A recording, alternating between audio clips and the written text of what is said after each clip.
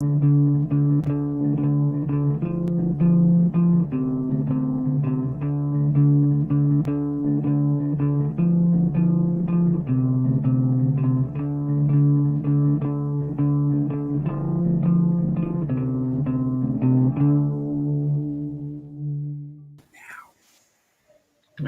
What's good, Chiefs Kingdom? It's your guys. It's the crew. Scott, Nick, Bo, coming to you with another episode of the Kingdom Cast. Another victory episode after the big win against the Dallas Cowboys on Sunday at Arrowhead Stadium. We're gonna break that down. We're gonna break that game down quite a bit. So here in a minute. If you haven't already, if this is your first time watching, or if you haven't clicked the like and subscribe button, turn on notifications for some reason, there's no better time than the present to do that. We'd certainly appreciate it. Help us out a lot. If you're watching live, send in some questions and comments too. We'd love to hear from you. We don't have a game next week, so we've got a little bit more free time to talk about whatever we want here tonight. So, you guys, Bo, Nick, how you doing? I'm doing great. Yeah.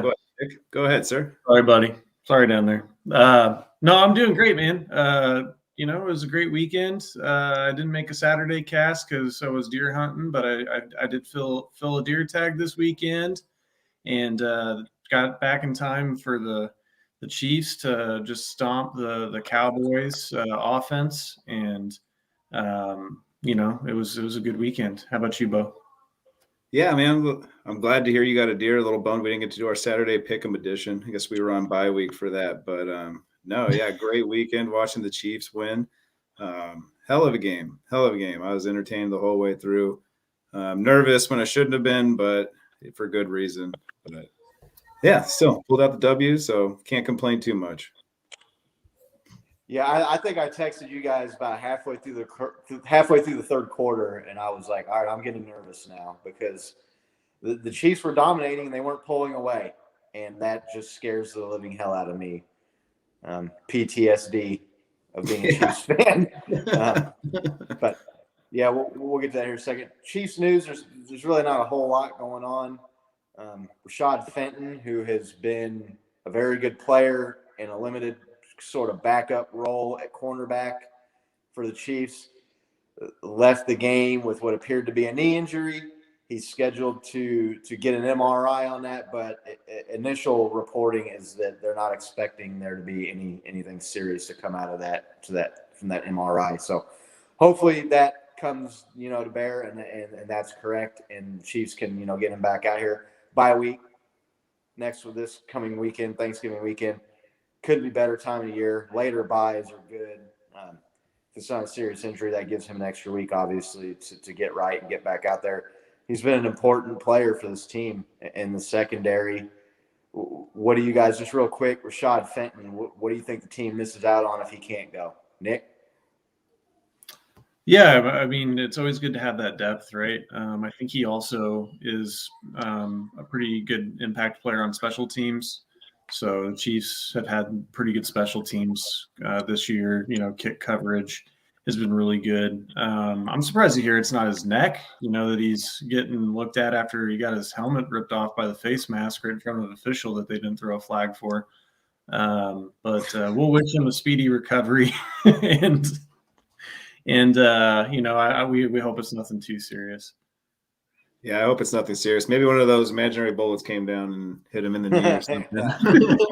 No, I mean, I guess you can hope for a best case scenario, like a mild sprained knee. You know what I mean? Perfect time for a bye week in that situation. I hope it's not too worse. He's getting a precautionary MRI done on it. So, I mean, yeah, hoping for the best, but you never know. So, yeah, best of luck to that guy. Yeah, that was the refereeing. We don't want to spend a lot of time talking about refereeing, but just a clown fest. Just obviously missed calls on both sides of the ball. Both sides.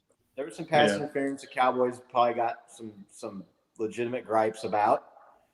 But the play Nick was referencing, the duck hunting celebration or whatever that guy was doing, whatever Rashad Fenton was doing out there on the field. He gets drugged to the ground by the face mask, and the referee is standing right there, calls nothing.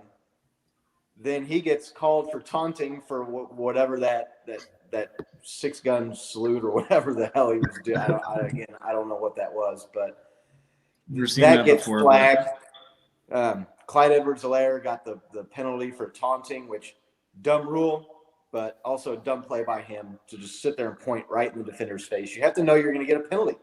You have to be smarter than that. I mean, even if just because you don't agree with the speed limit on a road doesn't mean you're not going to get a ticket. If you're speeding. How many people go 5 over though? I understand. I get it. It was so mild. It's like one of those cops in Texas that'll pull you over because you're going 1 mile per hour over, right? Like technically it's against the rules, but come on, man. Exactly. Yeah. But you also when it's that blatant though, you're going to get called. There was nobody else around. I mean, it was obvious what he was doing. I know I sound like a boomer here, but you got to be smarter than that. Right. I do agree with that, right? It is the rule. You got to follow the rule. But I mean, at some point, it's just like this league has been priding itself on player safety, and now they're priding itself on protecting players' feelings instead of safety. Right. Like Nick said, a guy gets his face mask or his helmet ripped off by the face mask, no call. But this, one more time, you're out of the game. After the play's over, a guy slides right into Patrick Mahomes helmet to helmet. Right. Yeah, and that's and hit him in the face mask on that second drive after the Chiefs got that turnover down there in Cowboys territory.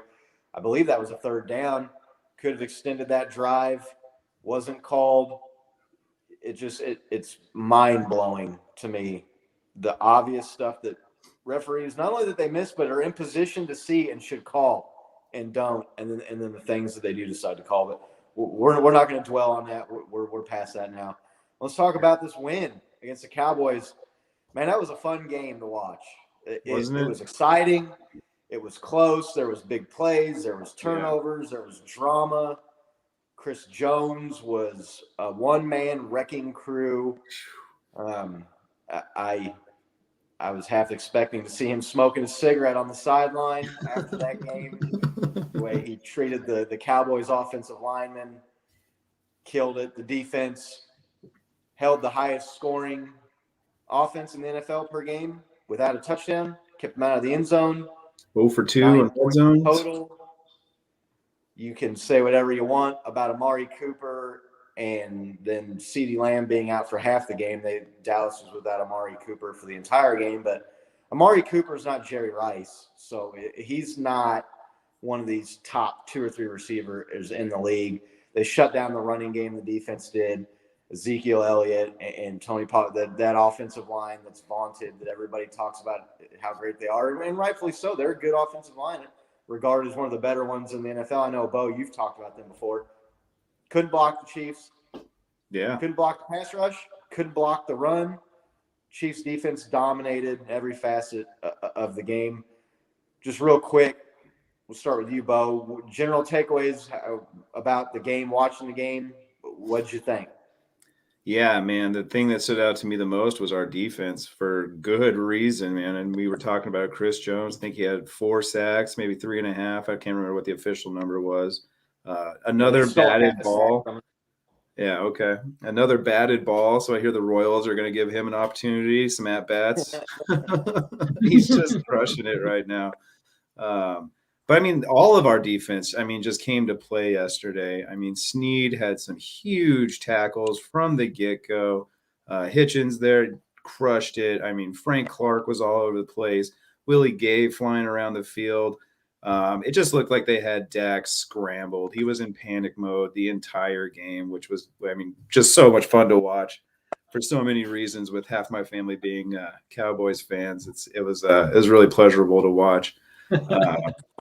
Yeah, little disappointed that our offense couldn't, step on their necks a little bit. I'm still waiting for that game where they just, put the pedal to the metal and just, put a game away. And like you said, we have a little PTSD just being a lifelong Chiefs fan, knowing that a 13-point lead isn't a big enough lead, even with like 4 minutes to go in the fourth quarter. Just like, oh my God, there's still time. There's so many what ifs that are so possible with the old Chiefs team that it kind of lags into this one. But yeah, no, killer performance by the defense.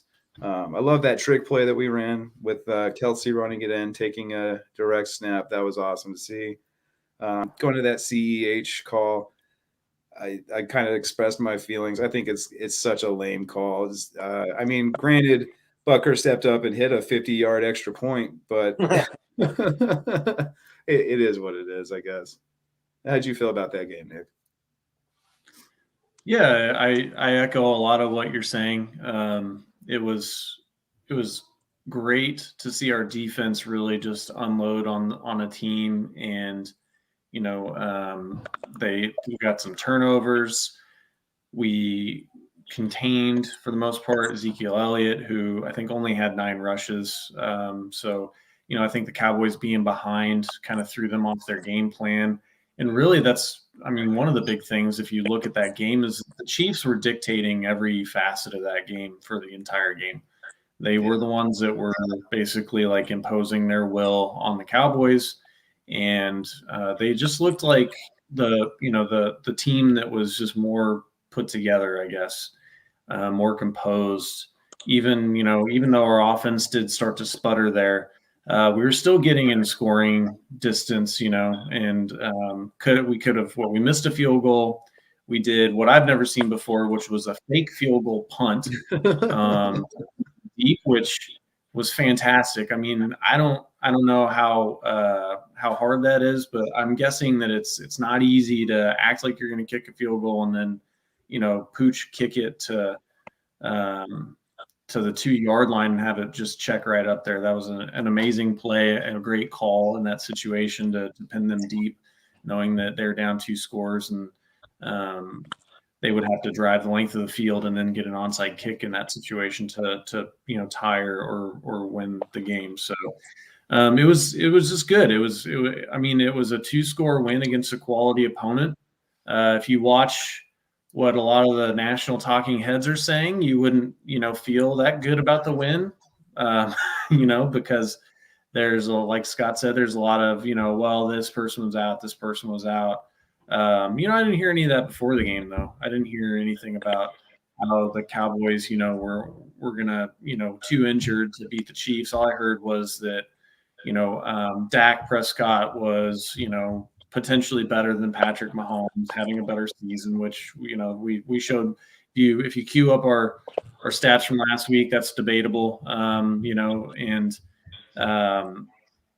It was just good to see the Chiefs, have a statement win, if you will, and to have that statement win include kicking the shit out of somebody on defense and really just being aggressive and saying, look, we're going to blitz, and we're going to do man-to-man, and we're going to see what our guys versus your guys, and to see the coverage hold up. There were a couple of coverage breakdowns where maybe the drops and goes and stuff, but I mean that's all dictated by the fact that they're trying to rush, right? When you overthrow or you miss a throw, it's because you're worried about getting hit. Some of those drops were because guys, you could tell that they were scared to get hit, or thinking alligator arming it maybe a little bit. And then we just had some fantastic plays by Ward, by Snead, Willie Gay getting some great tackles there, and it was fun. It was a fun game, and I don't know if I'll ever be past the anxiety of only having a 2-score lead, because we've seen it enough times where it's like they go down and score, the Chiefs 3 and out, and then now you're like looking at the staring down, being in a losing position. So I mean, I don't know that is ever going to go away, because I've seen it happen too many times. But yeah, dude, going back to what you said about they had this player out and this player out and this player. No, they didn't. They had CeeDee Lamb, and the only player that was out was Amari Cooper for sure. They had a full Cowboys team, right? They held Zeke to 90 yards or something like that, which is a task in that itself. They had CeeDee Lamb. He was in there on the play. He got hurt. I mean, he got mossed. I mean, the guy intercepted him, and he got hurt on that play. So I mean, he was in there. I mean, it's not like they didn't have him. So I mean, I don't buy that line from all these sad Cowboys out there. Yeah, Cowboys were missing an offensive lineman. that is regarded to be pretty good. But no, I mean, I'm sorry, that's not an excuse for losing a game. You're missing one offensive lineman and one receiver who is a good receiver, but I don't know that anybody would consider him like a top 5 receiver in the league in Amari Cooper. Really exciting, the defense. I kind of talked about this a couple weeks ago that Chiefs might be onto something if Frank Clark is healthy and focused and can get back to his old self, which he has been the last 2 or 3 games now. Chris Jones being back in the middle has been the key that's unlocked the defense. When you get a pass rush, lots of things look a lot better. Yeah. You don't have to worry about Daniel Sorensen trying to cover somebody 50 yards downfield because the quarterback's on his back before he gets there. Right. Or they're taking quicker passes because they know they don't have the time. They don't have the protection. The run game, they become one-dimensional because, you get down and now you're looking at defensive linemen and pass rushers getting in there and harassing you and making you throw the ball early, making passes high, making passes low, short, whatever. Yeah, just that's been, to me, was just another game here where Chris Jones being in the middle and a healthier, focused, or both Frank Clark and Melvin Ingram also had some nice plays. I don't know if he had a sack, but he's had some pressures and kind of freed those guys up. Maybe gives you some rotational depth too for some of these other guys to catch a break.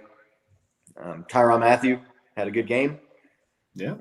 But like you said, I'm really encouraged by L'Jarius Sneed here recently too. The guy looked really great last year in limited time as a rookie. Then to start the year this year, you weren't really seeing his name a whole lot, and he wasn't making plays, and you kind of wondered, well, is that flash in the pan, or is he maybe, coming back down to earth? But he's been really good here these last several games. So, yeah, just an all-around impressive defensive effort. Chris Jones, though, player of the game, without a doubt. Career day for that dude, like you said, Bo. Forced fumble, I believe, recovered a fumble, had 3.5 sacks, had a tip pass that led to the game-sealing interception by Sneed there to close it out. Yeah. The dude is playing back where he should be. And what do you think? Is this something we can expect to see from him moving forward? I mean, that was a perfect little segue you just had, right? Because I put together a little game clip of our defense. So if anybody didn't get to see all the plays that Scott just listed off, here they are, pretty much in order. Scott has that kind of brain. He does put them in sequential order just by memory. But here they are. 6 cents, Bo. On the corner. Prescott balls out. Chiefs have it. Chris Jones on the return. Turnover here early by Dallas. A play of 10 yards or more down the field, or taking a sack like they got just on that last play. So 3rd down now. Prescott is out of bounds. 4th down. And there. Prescott. Lamb. It's picked. Intercepted by Ward. The big back Elliott. 3rd down and 2. Here he is out of the backfield, and a strong tackle by Willie Gay. Chiefs back off.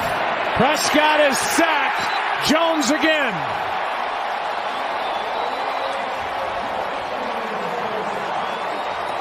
Test Hughes. It's Noah Brown across from him. Prescott sacked yet again. And this offensive line not holding up for Dallas.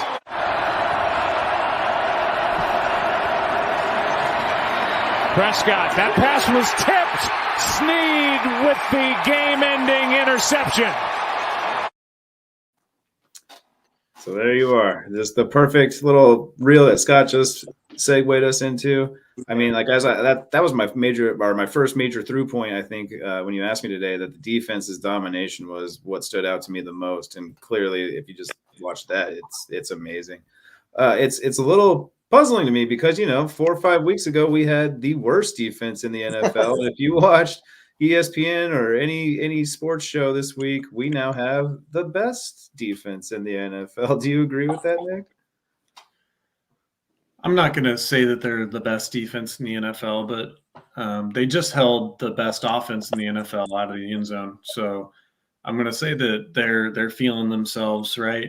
I did see that the Chiefs defense had said that they had totally, emptied both barrels this week, both in practice and going into the game, knowing that they had the bye week upcoming. It's a big game, for the Chiefs with the history of us coming from Dallas and all of that. The Hunt family living in the Dallas area. So I think that within the organization, it's a bigger game than maybe some of the national people want to talk about. So I think that we definitely, we only play them once every 4 years. We want to win when we play them. They're only in town every 8 years. So I'm not going to say that they're the best unit, but damn, they're good enough to win. They're good enough to win when we, what did we say earlier? We want to be able to score less than 20 points and still win a game, right? And we've done that, I think, twice now, where we've won based on the defense holding people, and it's really good to see that we're on a 4-game winning streak. We are starting to gel on defense, and we really haven't even put offense all the way together. I mean, even in the Raiders game, Patrick Mahomes had 400 yards and 5 touchdowns, but everybody's kind of walking out of that game going, we still kind of left some stuff on the table there. So it's really exciting to see what's to come with this team, with the way that things are shaking out, with the Titans losing to the Texans. It's not a quality loss there, and then the Bills dropping another game. It's really interesting to see. So I'm going to put a comment up here from Fred Wilbur. Good show, boys. Thanks for the comment, Fred. I see that you signed in with Doug. So glad you guys are watching. Appreciate it. So what do you think, Scotty? Well, that's a championship caliber performance from the defense right there. Yeah, it was. That will win in the playoffs and win in the Super Bowl. And yes. we talk about wanting to be able to score less than 20 and win. They could have scored less than 20 last week and beat the Raiders, who were also one of the higher scoring offenses. So a couple weeks ago when this thing turned around, people were wanting to say it was because it was against the Giants and it was against lesser competition. Oh, well, it was against Daniel Jones and who's the other team that we beat there? The Packers. Yeah, the Packers. Yeah, Packers, sans Aaron Rodgers. It was that was the love Green Bay Packers, not the Aaron Rodgers Green Bay Packers, who then went out and only scored 7 or 10 more points than they did against us, against the Seahawks, who are a garbage defense with Aaron Rodgers. Who just lost that's back-to-back quality offensive opponents. Go Ash. Yeah, sorry, Scotty. No, but that's back-to-back weeks against higher echelon offenses. The defense looked legitimate. And really, right, like if you looked at our schedule, sorry to cut you off. I wasn't trying to cut you off. If you look at our schedule, right, like that to me was like our last tough game, right? I thought that was going to be our hardest opponent throughout the last couple of games that we have. I mean, we have all divisional games, which are always tough. And then the Bengals, right? The Bengals don't seem to be looking too hot. I mean, how are you guys feeling going into the playoffs now? I mean, like I said last week before that, the AFC is trying everything they can to give us that first round seed, and it's open now. Yeah, I feel great. I mean, we're in a great position. We could be in a better position. Couple of plays a few games earlier, and we would probably just be in prime position to run away with this thing. But we can't change the past. It's just it's a good spot to be in. You're 7-4. You've got control of the division here. All we need to do is handle business against our divisional opponents. We'll win the division.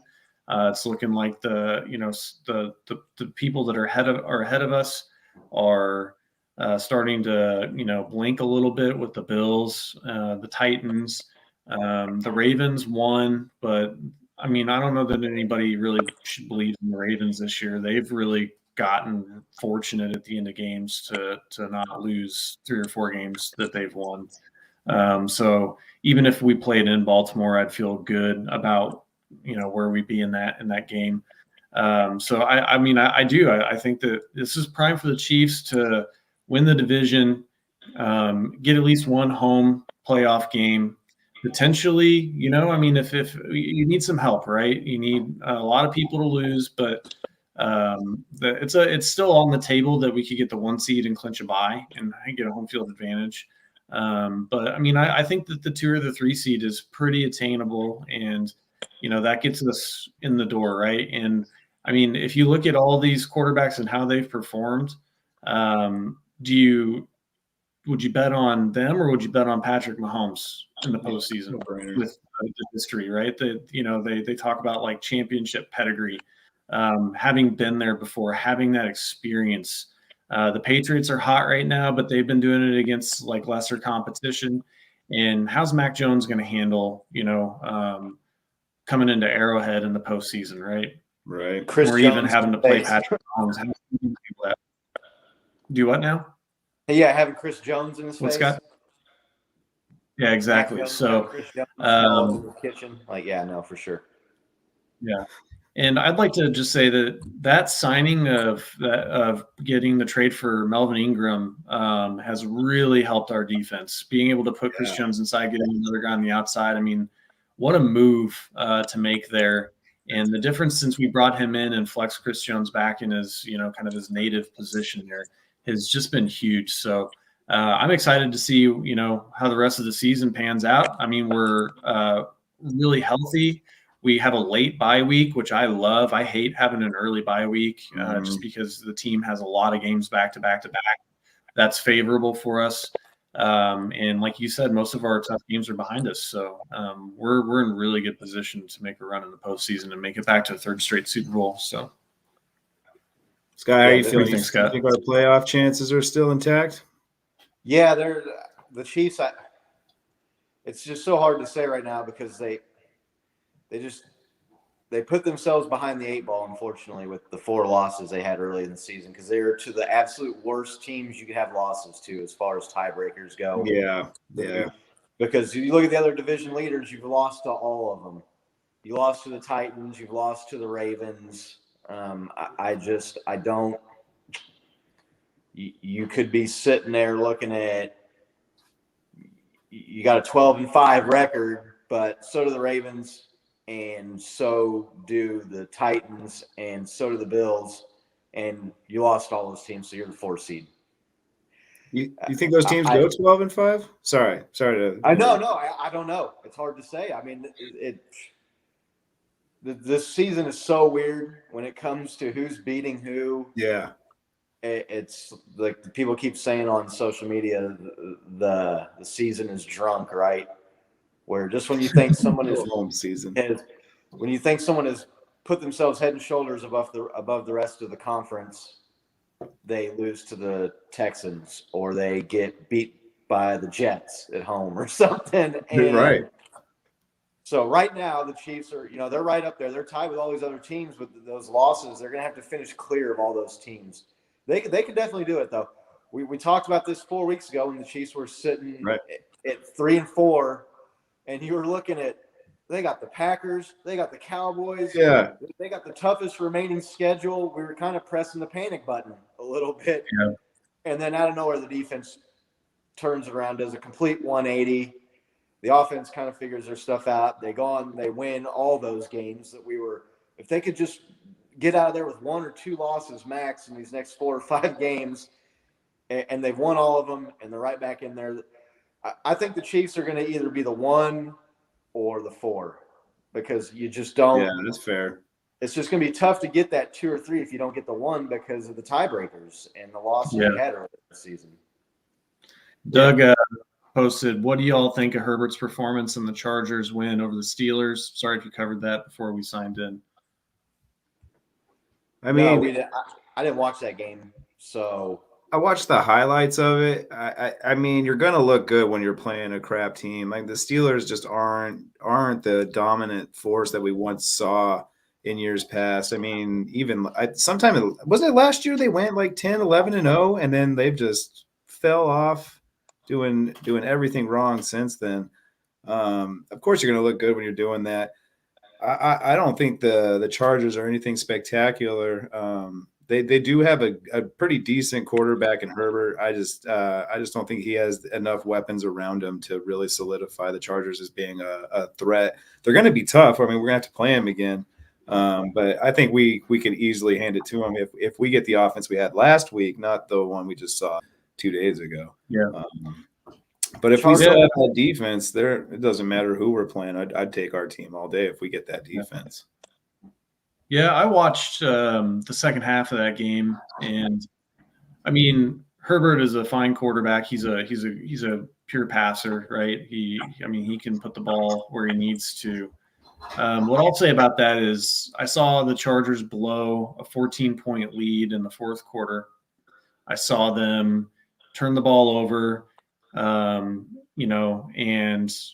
blow it on special teams. I saw them not get a fourth down conversion. And the Steelers are missing their best defensive player on the field, right? TJ Watt. I saw a coach that went for it on fourth down at their own 35-yard line in a tie game with 3 minutes and 30 seconds left on the clock, right? They didn't get it, right? So if you're not playing the Steelers there, if you're playing a quality opponent, they're going to go and put 7 on the board. So I think that Herbert is a really good quarterback, and he definitely led the team down the field to get that winning game-sealing touchdown.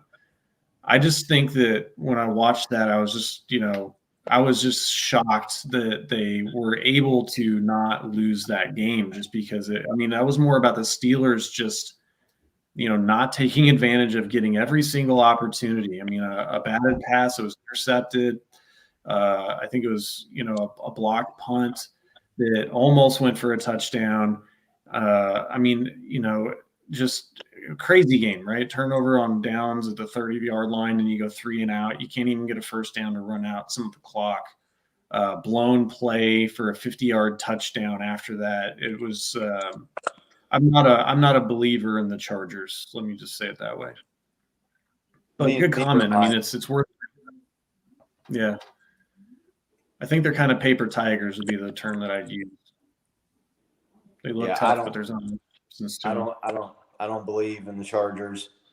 The Chiefs kicked the Chargers' ass everywhere except the scoreboard in that game earlier this season. Yeah. They had more yards. They had more first downs. They had more plays of 20 yards or more. They dominated that game, but they had 4 turnovers. And they still dominated them. The Chargers' defense is not good. They got, not only did the Chiefs run roughshod over them, but the Browns run roughshod over them. They've been bad. They needed a last-second field goal to beat the Eagles. They're not. I don't think they're on the Chiefs' level. And I know that sounds weird because they beat us earlier in the year, but they weren't on the Chiefs' level early on. That's what. Sorry. Right. No, you're fine. No, and they did the gamble where they went for it on fourth down and got bailed out by a defensive pass interference penalty that was a bad call, or else the Chiefs get the ball and have a chance to put the game away there. So, I'm not buying the Chargers. Chiefs are going to win this division. They're going to be in the playoffs. It's just a matter of can you get clear of everybody else? Because you got to be clear of them because all the other division leaders are winners. But the Bills play the Patriots this weekend, right? First place on the line. Those teams both have the same amount. They have the same record. The Patriots, I don't know what their conference record is, so you start getting into wonky tiebreakers there because we didn't play them head-to-head. So perhaps you could sneak in. I did a poll on the Kingdom Cast Twitter. It's at the Kingdom Cast. For those of you who aren't following us, check us out there. I like to post funny stuff and share and get involved there. I did a poll, and the number one vote getter was the 2 seed. which goes against everything I was just saying about I think you're either the 1 or the 4, because I don't think it's going to be really, really hard to get that 2 or 3 Probably fair. with some of the losses that we've had. So, well, if the AFC keeps trending the way it is, right? Like, I don't think the Titans are going to be the Titans that we've seen all year. I mean, they're kind of proving that. You're right. The division leaders, I mean, Lamar's kind of hurting out. So, I mean, who knows with them, but I mean, what we're seeing as the division leaders might not be the division leaders. I mean, you were kind of alluding to that with the Patriots, right? So, I mean, like, it could be a completely different picture here in 4 or 5 weeks. I mean, completely different. Yeah, I think that's exactly right, Doug. The Chargers beat us by 6 plus 4 in the turnovers. I mean, I'm just not that worried about it. And +1 in the terrible 4th down defensive pass interference calls. Yeah, with a defense that was the worst defense since the 50s, right? With an offense that was having so many struggles. So, I mean, like, play him again. Clark. Yeah. Yeah, no Frank Clark, Chris Jones. No Melvin Ingram. No Melvin Ingram. Chris Jones in center. Yeah, exactly. Thornhill starting.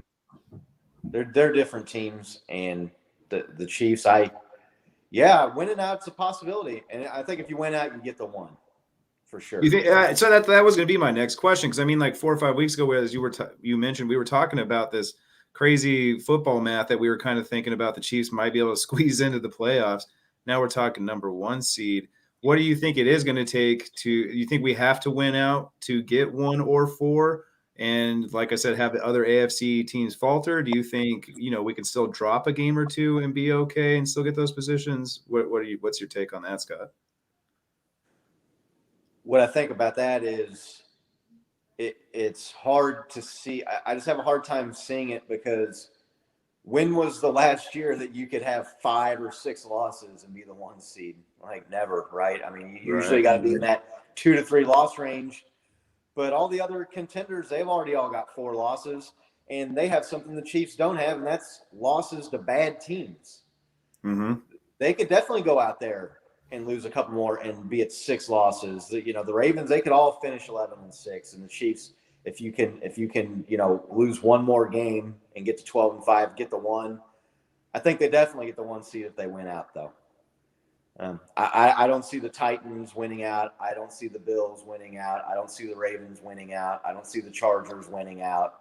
So, Patriots? Yeah, and you got a chance to put it hanging out on the Chargers here in a few weeks. The Chiefs do. You got that in your back pocket. So it's right there for the taking, no doubt. I think win out for sure. You get it. 1 loss, I'd say you maybe got 50-50 chance or less, though, because I still just can't see 11-6 getting a 1 seed. I think you're going to have to be at least 12-5. Nick? Yeah, I mean 13-4. That's a good record, right? But it's just it's hard to say. I think if I had to put odds to it, I would say it's less than 25% chance that we get the 1 seed. I mean, I don't know, just because of the tiebreakers, but I mean, it's on the table. So I just think that the Chiefs have been there before. And then the other thing is, like, how much does it matter, right? I know Patrick's never played on the road in the playoffs, but I still like our team's experience and our quarterback in the postseason, no matter where the game is played. I mean, I just do. In some of these losses that we've had, like, I think we had put up so many wins against some of these teams. I think we're kind of due.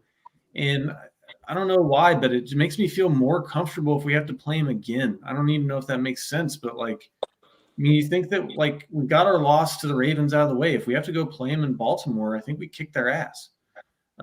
So that's just the way I feel about it. So, the Chiefs have proven that I think they have a better record on the road this year than they do at home. Maybe it's the same.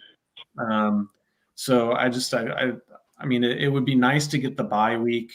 That gives you an incredible advantage, especially since only 1 team gets it. So, I guess my point is that I would like to get the 1 seed. I think that it's a low percentage that we can get it. even if we win out, I think the odds of another team getting 13 wins is probably still pretty good. But it's just going to be, if we don't get the 1 seed, I like our odds of kicking everybody's ass anyway. Just, maybe I'm overconfident, but that performance we put up against the Cowboys are a good team. I don't care what you say. The Cowboys are a good team, and we made them look foolish. We made their $75 million quarterback look bad. We ran out to a big lead, and we sputtered on offense after that. But we did control the ball. We ran clock. We got in scoring position several times. We had a couple of unfortunate things happen with field goal. The normally steady hand Travis Kelce, another one of those weird picks. Like Patrick's just got to just. I loved your text. How does this keep happening to us? How? I'm like, I've never seen that happen. So, but hey, as long as we win, right? We've got another comment here I'm going to throw up. So from Elaine, our guys kick butt. It's nice to see all the talking heads have to eat crow. King. Oh yeah.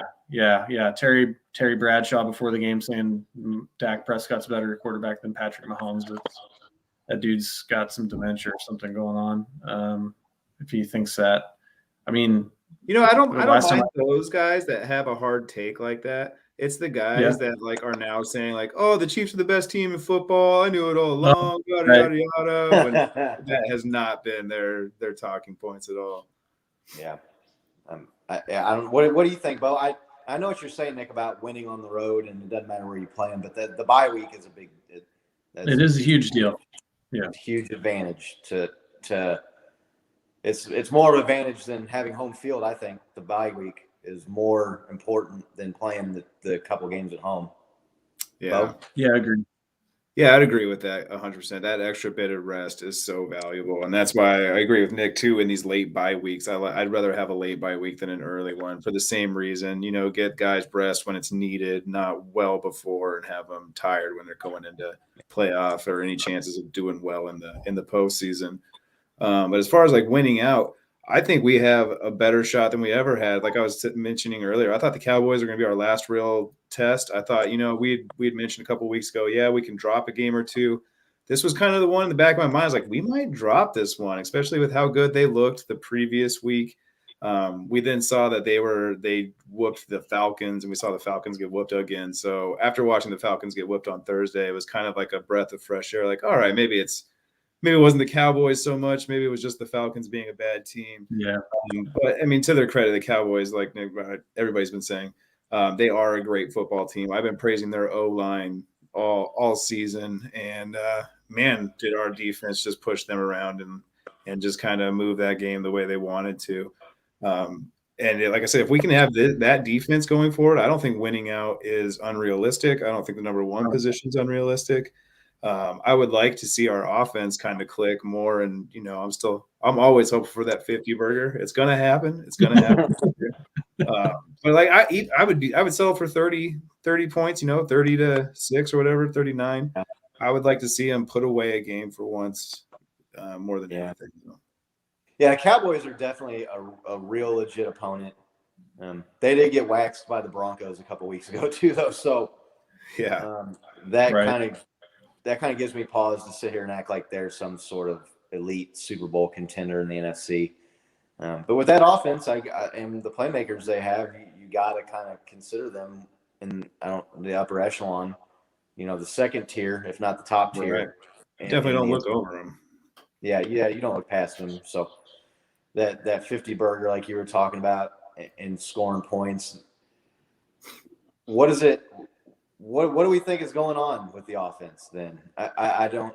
Travis Kelce leads the team in drops. Josh Gordon's been targeted 5 times, has 1 catch. That dude's been tremendously disappointing to me.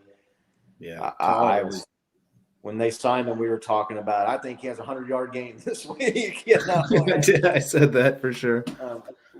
What is it with? Is it just a lack of focus? Is it because the Raiders, they lit up the scoreboard and were moving the ball at will, and they were moving the ball at will against the Cowboys. They just had some drops on McCole Hardman had a bad drop. Travis Kelce had a bad drop that led to an interception. The penalties, I'm sorry, you can't have, what did they have, 4 personal foul, unsportsmanlike conduct penalties in that game against 4 different players. Not bad. Yeah.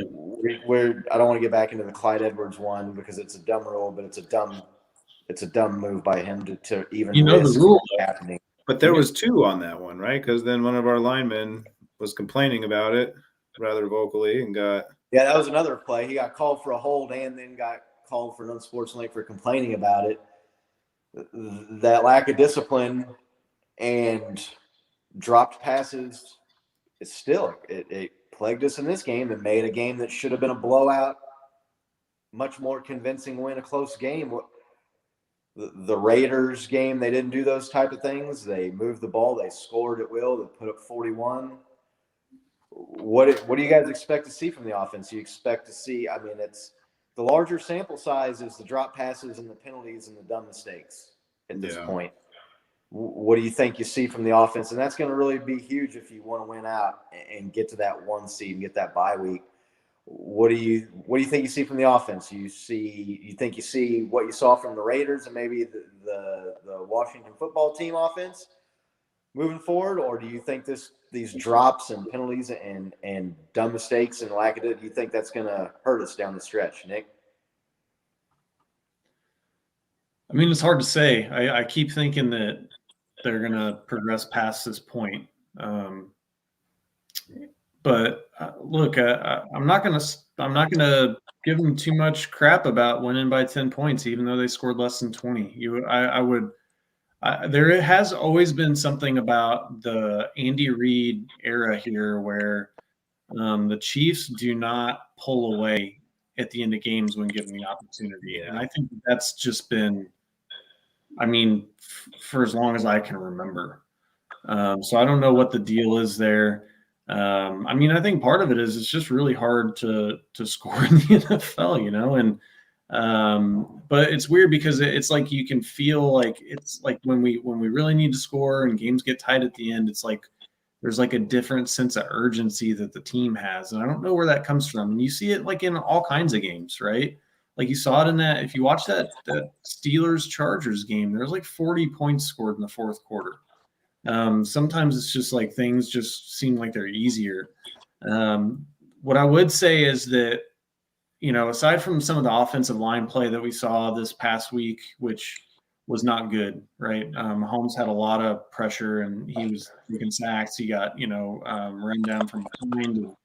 And the Cowboys actually had, significant injuries on their defensive front. So poor showing, I think, by our offensive line there. But it's like drops and stuff. And I still feel like it's all within their control to fix. So it's just I don't know if it's a confidence thing or what, but I feel like they're growing in their confidence. And I just feel like, despite these offensive woes, they've won 4 games in a row, right? We were talking about this somewhat last year, about, well, they're not winning by a lot of points, right? They're playing games close. We played some subpar teams close. We still went to the Super Bowl. So are they going to snap out of it and suddenly just go back to scoring 35 or 40 points? I don't know. I think that, fingers crossed, right? I'm definitely a supporter of 50 burgers every week if we can get it. And they're capable of doing it. We have the talent to do it. I just think that as long as we're winning, let's not judge too harshly, I guess, right? We still won by 10 points. So I know that's not here, Scotty, but playing with fire. You're playing with fire. This is the first time in like 3 or 4 years where like you can see like one of our biggest problems being our receiving core and just dropping passes. And we were talking about earlier in the season how like we thought that was the low-hanging fruit, the easiest thing to fix. And they've seemed to have like started fixing everything else. The running game looked stellar. We were beating the Cowboys on the edge for 7-10 yards every single run. I don't know why we didn't run the ball down their throats a little bit more. But I think, yeah, we all know it. We all see it. It's the receivers dropping passes, whether that's, a lack of focus, whether it's just, timing's off or something. That changes a lot of these games. I mean, this past game specifically, Travis Kelce catches that. That's a first down in the red zone. You know what I mean? And we're right there knocking on the door. I mean, at least another 3 or more points. But as far as like getting to the end or getting in the actual end zone, we seem to be struggling with that. I was thinking Tyreek Hill was going to do something special. I mean, he did. He was a workhorse all game. He got open on short routes. I figured, they just keep working the Chiefs dink and dunk style, which is 12 yards and not 7. But I don't know why they weren't looking for him more often. There was some really bad play calling I didn't agree with. I mean, they really went RPO heavy. Didn't really work. I think our O-line gets confused by that so much. Like, which way is Patrick going to take off? Is he going to pass it? Do I need to run block? Do I need to pass block? And I think there's still a lot of kinks that need to work out there. But the drop passes for me, I think we clean that up. It looks a lot different in most of these games. So do you guys think they do it or not? That they win out? I think we put it together. I think we put it together and win out. I'll call it. We're going to win out. Yeah. I don't see why. Like I said, I don't see any more opponents being the threat. I think that's what it's going to take to win out, is cleaning it up and scoring more points, because I don't think you can expect the defense to play like this every week. No, the defense, I mean, they got fortunate on a few plays that could have really changed the dynamic of the game. Yeah, for sure. They had some drops. You can say the same about us, right, with the drops. So, Sure. yeah, they got to get it cleaned up if they're going to win out. I don't think you're going to. We're sitting here. How many weeks or how many games left? 6 games. I don't think it's realistic to expect the defense to keep the next 6 opponents out of the end zone. So, right. I mean, they're not going to keep them out of the end zone. We're not going to shut everybody out. But I mean, think about the problems we're talking about: drop balls and penalties. How much easier is that to fix than some of the problems? Exactly. That's my point. You know what I mean? Like, I think right, exactly. That's my point. I think they're going to need to. I'm hopeful they do. At this point, I'm worried though. That's at some point you are.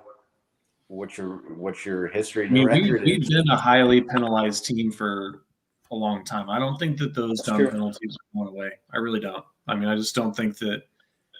Like, did you see? They were talking about it on the broadcast after that touchdown where he got penalized 15 yards. They're all dancing and jumping on the sideline and stuff with the coaches. I mean, it's not. And I didn't like that. No, I don't. I mean, I don't like that either. Like, I think that it's.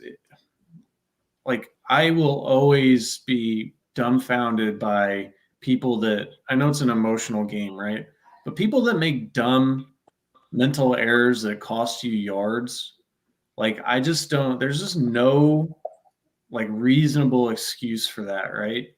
Like, that if you point at that guy's face that they're going to throw the flag. It might be a stupid rule, but it's going to be a penalty. It's a lack of discipline. That if you mime a gun, thing and like shooting stuff out of the air, that they're going to throw a flag, right? I'm not going to get too upset with, the unsportsmanlike on the offensive lineman after the holding penalty, right? Because I don't know that I've ever seen a guy get a 15-yard penalty for saying something to the ref before. I've seen coaches and players yell at referees. For years, right? I mean, I've seen coaches cuss out referees on the sideline. I've never seen them throw a flag. Makes you wonder what he said, though. Then, yeah, right? I mean, right. And that's the other thing we don't know. But you got to keep your cool right there. You can't put your team in 2nd and 29. Sure. Yeah. But I just don't think the Chiefs. I don't think that's going away. Is my point, right? I just don't think it's going away. There's not going to be any. There's not going to be any accountability, any repercussions for the mental mistakes. Yeah. Well, the thing, I just want to point out a little subtle differences in those 2 plays, right? The CEH one, right? It's his first game back. He's scoring a touchdown. In the moment, how hard is it to, like, not – you're playing such a competitive sport. You know what I mean? He didn't do it's not like he got in the guy's face, said anything to him. He just did a little, well, gotcha, right? Like again, like it's not the worst thing in my mind. I mean, Bucker ends up making that anyway. So I mean, like those yards I could care less about. And then the Fenton one, shooting the gun into the air. That one is a little bit more unexcusable just because of the actions and everything. But I mean, if you watch what happened, I mean, literally, we've all been mad and frustrated. Could you imagine being that mad and frustrated in front of 60,000 people and like cameras are on you? You know what I mean? You kind of lose the ability to critically think there. I feel like, but you're right. It kind of goes back to discipline. You should know. But I mean, these are young kids, you know what I mean? You can't expect them to have the discipline of like trained Marines by any means. They get hit in the head for a living, you know? Like I understand that, but like you can expect Tyreek Hill to have the wherewithal to sit down instead of going out of bounds to basically seal the game on that third down conversion, right? Right. Yeah. You know, like you've got to like that's what separates great teams sometimes is that they do all those little things right and they don't make those mistakes. The Chiefs have just always been a team that has enough talent that they overcome some of those dumb things that they do. I mean, that's just part of their DNA, I think. So I don't think that's going away. What hasn't been part of their DNA is the dumb drops and turnovers and stuff. And that's So I think that that's still something that they can clean up, and I think that it's gotten better, right? I mean, if you look at the last few games, I know we had 2 turnovers in this past game, but 2 turnovers isn't 4, right? So I think that you can expect that every once in a while you're going to have 1 or 2 turnovers, but it's really just, when you turn the ball over and over and over again, and you continually drop balls when, you could be converting a third down. That's what we really have to fix. I just don't think that, as frustrating as it is, I just don't think it's going away. I just really don't. I don't know. Scott, I'm interested to get your take because clearly the Chiefs watch our podcast. Mahomes ran a couple this past game, man. They took our advice and said how much better it is when he runs.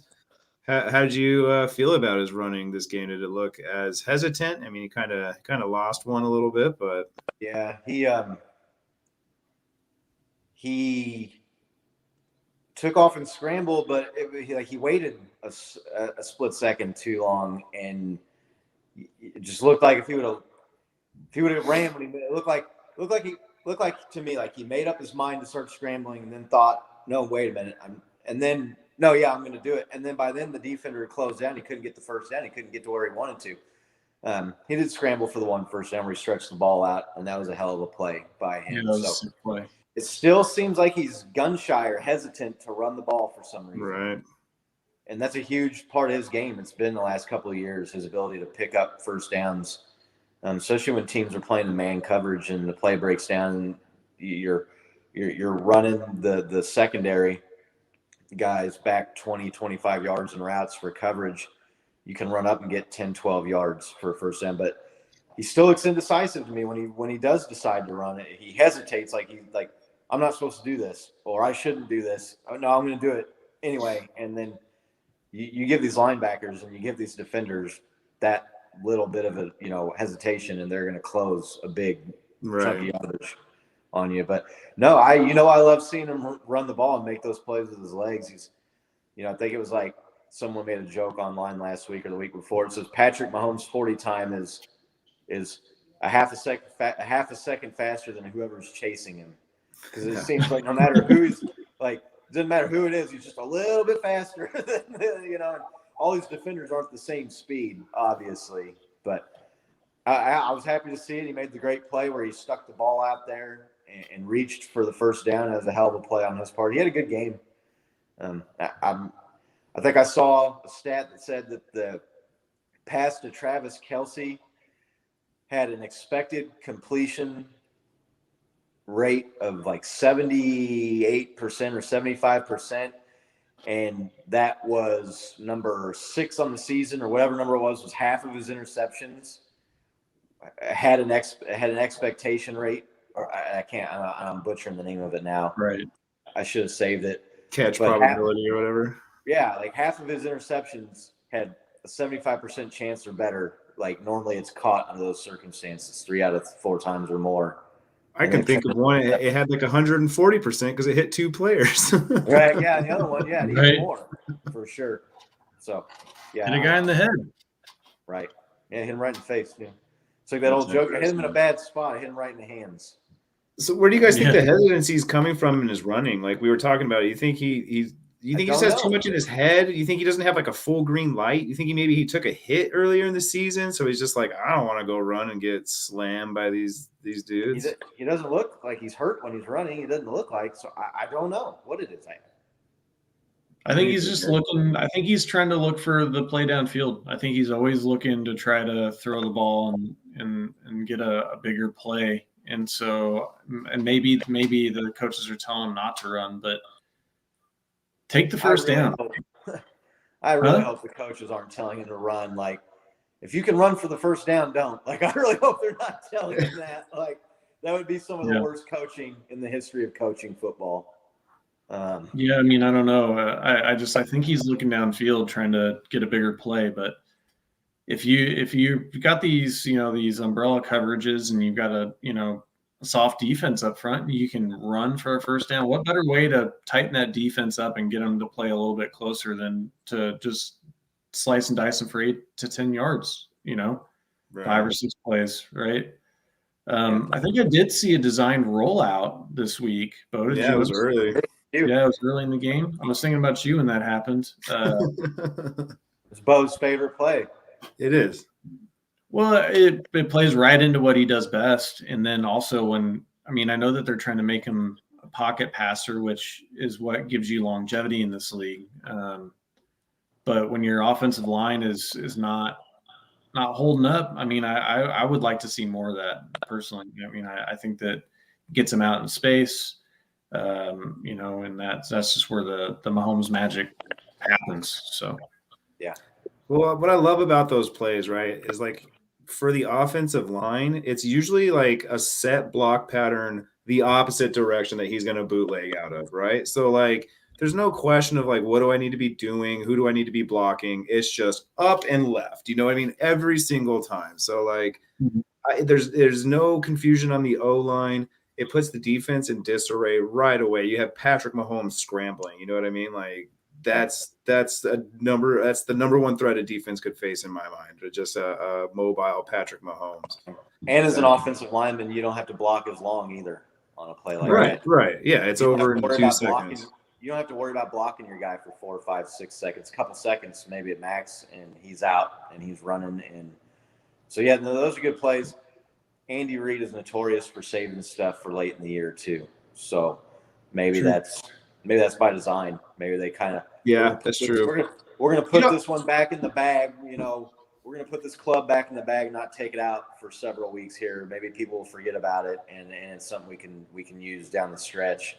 Maybe in a spot where we really need it, or just to give somebody different here in the last part of the season. Getting into the playoff push when the games are, getting more and more important as they go. What real quick, kind of before we start wrapping it up, I think, what do you guys think? What's the hardest game left on the schedule then for the Chiefs? They've got one left against the Raiders. They've got one against the Chargers. They've got 2 against the Broncos. They've got 1 against the Bengals and 1 against the Steelers. That's the last 6. What do you guys think is the hardest game? For me, the Bengals.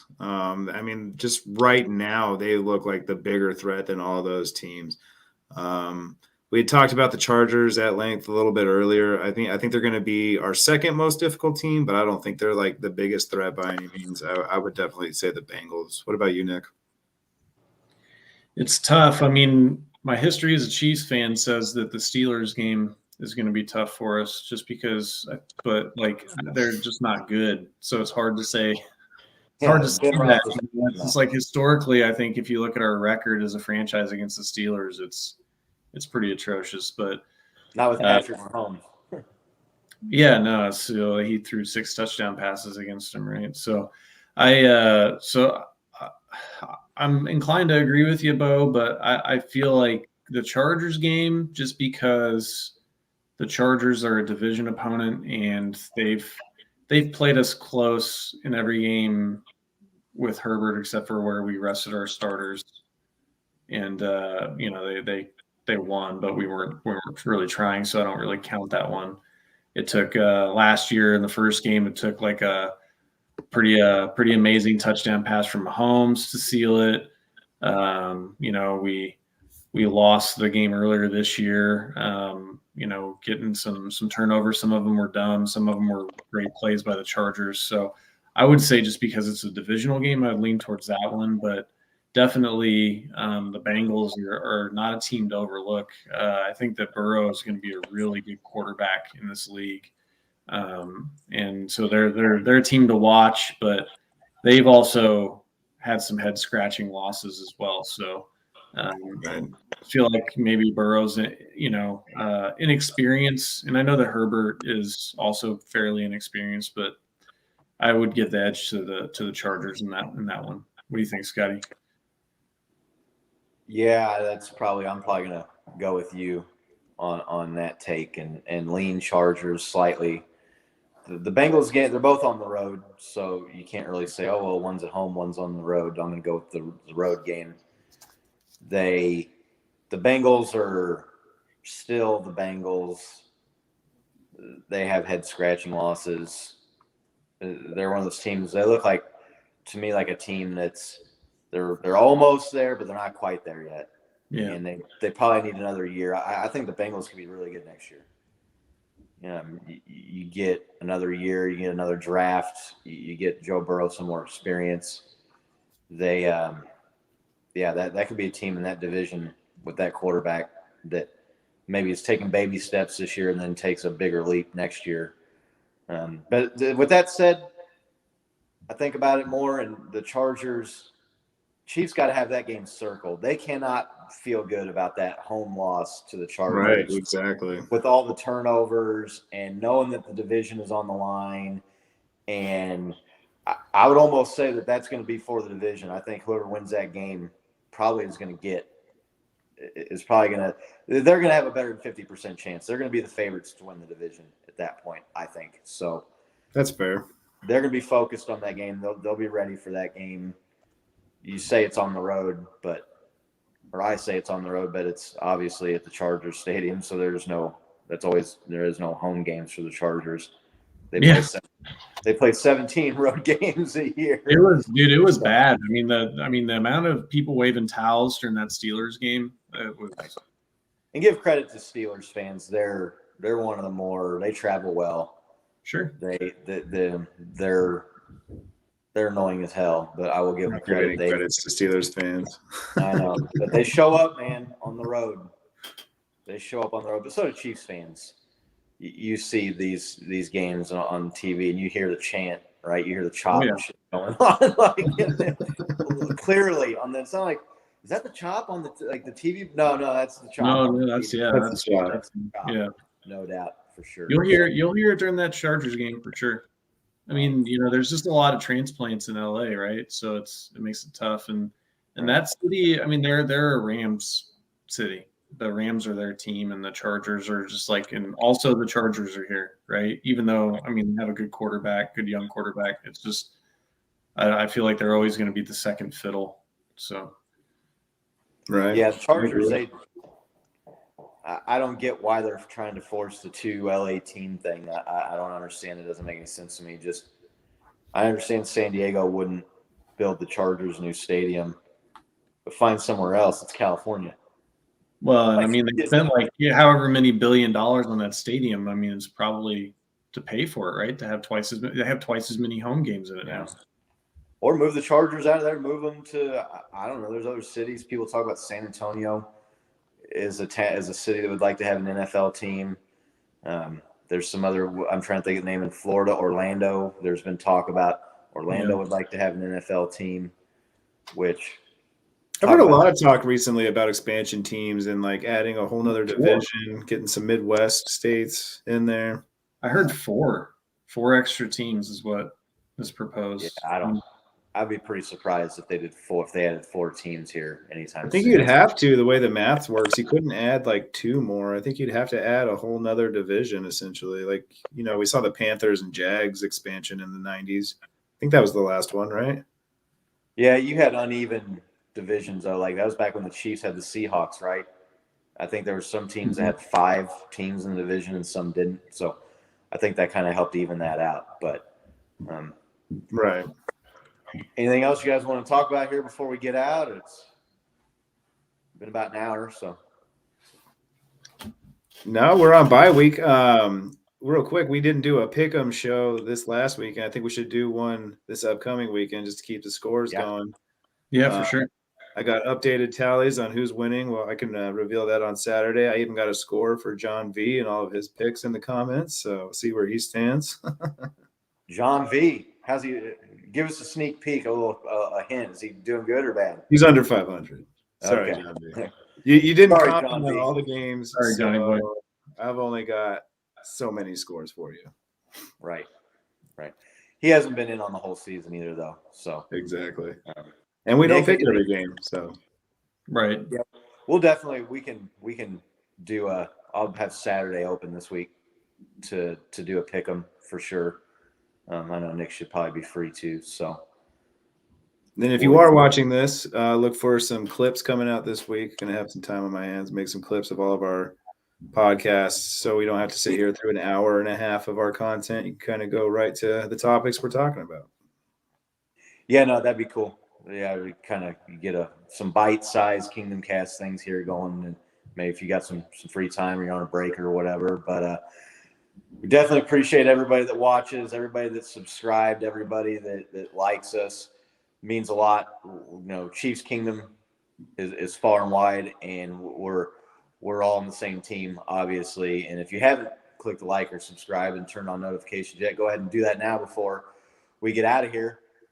As Bo was kind of mentioning there, we'll put together a Saturday show here where we get back and pick some games and enjoy the bye week. Everybody, I hope everybody has a good holiday weekend. Spend some time with the family. Bo, tell your family I said what's up and happy Thanksgiving to everybody that you talk to. I'm sure you'll be talking to mom and dad and maybe Derek and some of them. So Will do. Doug, Elaine, if you guys are watching, happy Thanksgiving. Right. Yep, for sure. And I guess until next time, until Saturday, let's go Chiefs. Go Chiefs.